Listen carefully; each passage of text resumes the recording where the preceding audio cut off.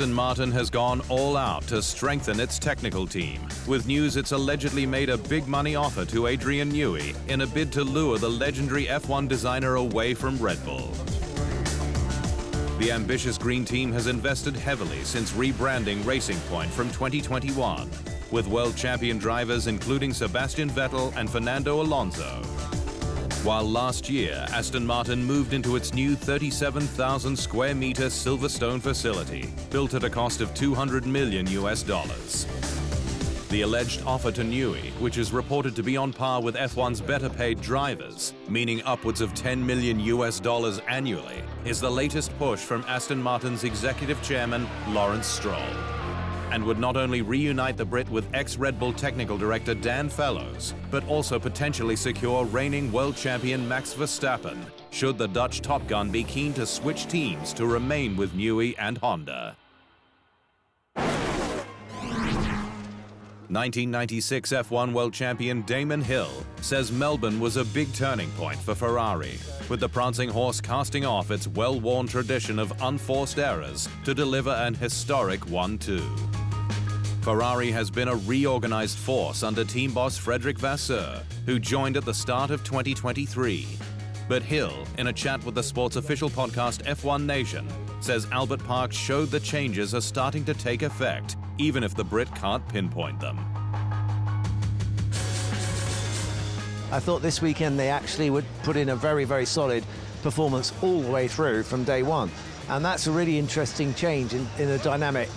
I mean, whether it's Fred Vasseur or what, I don't know, but it could be the appendix, or it could be, you know, it could be Carlos's determination that's lifted the game. I don't know, but they definitely did a great job this weekend. Pit stops were good, strategy was good. You know, I know they benefited from a dropout.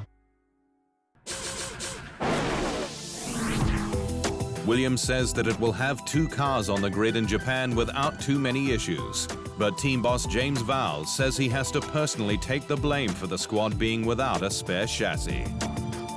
Williams' weakness was revealed in Australia, where Alex Albon crashed during practice, forcing the squad to reallocate Logan Sargent's FW46 car to him for its strongest chance at points in Melbourne. But while Albon failed to make the top 10, Vowles says the entire situation was a result of sweeping change at Grove, with the Brit mirroring comments that he made much earlier in the season at the FW46 car's Bahrain shakedown. I've asked the organisation to change so much of what it's doing in order to get where we are today. There's nothing really in common or parallel with what we did last year. And to do that in less time than was available to them last year as well, and to have the car we have, is a huge achievement. Mercedes says its W15 may be sensitive to track temperature, with the Silver Arrows reckoned to be bleeding pace as it rises. Mercedes endured a rare double DNF in Melbourne, its first since 2018's Austrian Grand Prix. But even before that, the squad was suffering with its pace from FP3 to qualifying. With technical director James Allison opening up on what the issue is, though he says more investigation is needed. Probably the strongest correlation that we can make at the moment is that when the track is warm, when the day is at its warmest, and therefore the tyre temperature is lifting with that track temperature, that's when the competitiveness drops from us. So the times when we've been at our best have been all in the sessions which are the coolest. And so that gives us some clues about what we need to do as we move forward from here.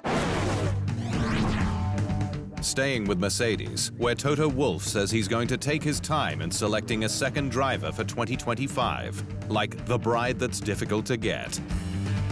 The Silver Arrows have a free seat alongside George Russell from next season, with Sir Lewis Hamilton off to Ferrari. But the squad is spoiled for choice, with 13 drivers out of contract at the end of 2024. Mercedes' first choice is F2 rookie Andrea Kimi Antonelli, but Merc boss Wolff says it may not make sense to immediately promote him.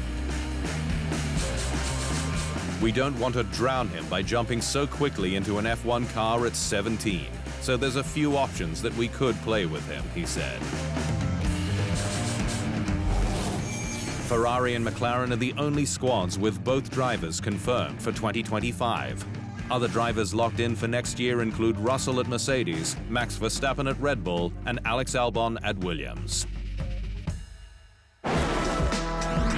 Formula One's Chief Technical Officer Pat Simmons says he would snap up Fernando Alonso for 2025 and beyond if he was team boss at Mercedes. Simmons was technical director at Renault, now Alpine, in the mid-2000s, when Alonso won 2 straight F1 World Championships. But while the veteran engineer rates Alonso highly, he said to F1's official podcast Beyond the Grid that putting the Spaniard into a Merc Works car would be a short-term fix, but longer-term issue. I really rate the guy. I think he's incredibly fast. So if I was looking for what's the best result I could get in 2025, who do I need to help me with my brand new 2026 car to a totally new set of regulations? Fernando's your man. However, then you're left with a problem, aren't you? You're left with the problem of George, who's been there a few years and thinking of where do I go next? Max Verstappen's crew at Red Bull is set to change from Japan, with his chief mechanic Lee Stevenson departing the squad after 18 years spent at Milton Keynes.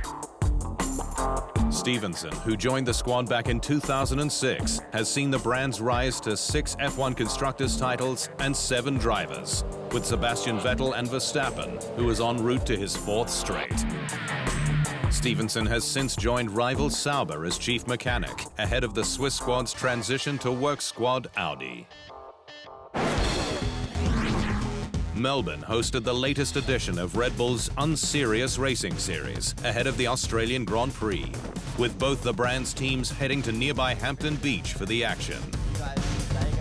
The F1 teams were put through their paces across 2 challenges, the beach sprint and final race, with Red Bull's Max Verstappen and Sergio Perez coming through for the reward.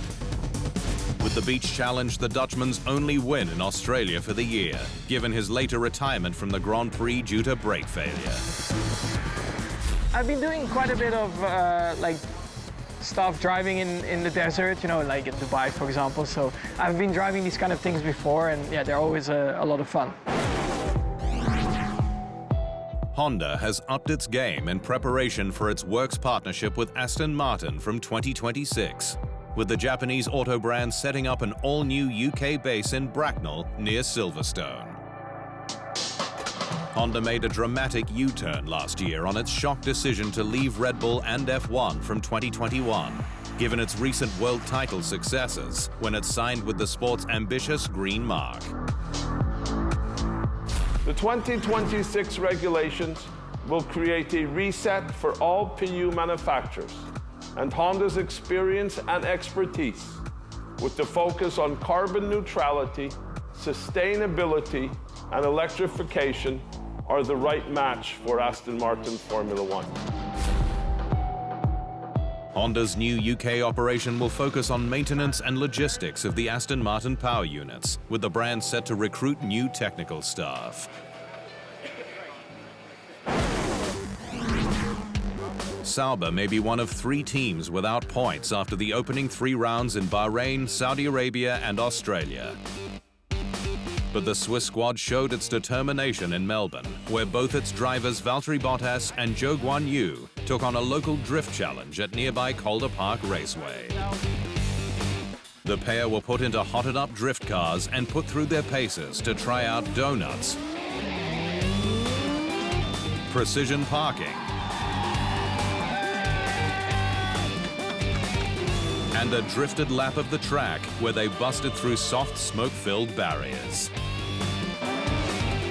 With Bottas's Aussie Ute coming off worse for wear.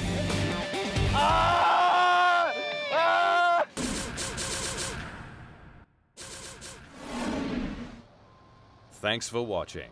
To stay up to speed on all things Formula One, make sure you hit the subscribe button.